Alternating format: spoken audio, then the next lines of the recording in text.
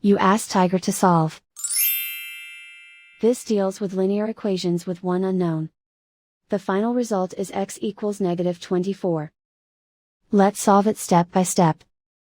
Group all constants on the right side of the equation. Add 1/2 to both sides. Combine the fractions. Combine the numerators.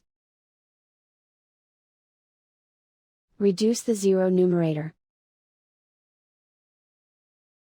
Simplify the arithmetic. Combine the fractions. Combine the numerators. Find the greatest common factor of the numerator and denominator. Factor out and cancel the greatest common factor.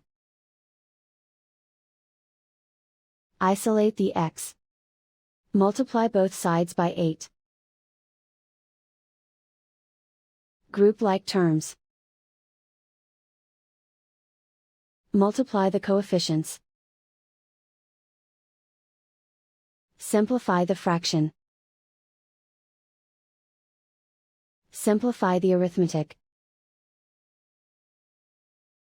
And so the final result is x equals -24.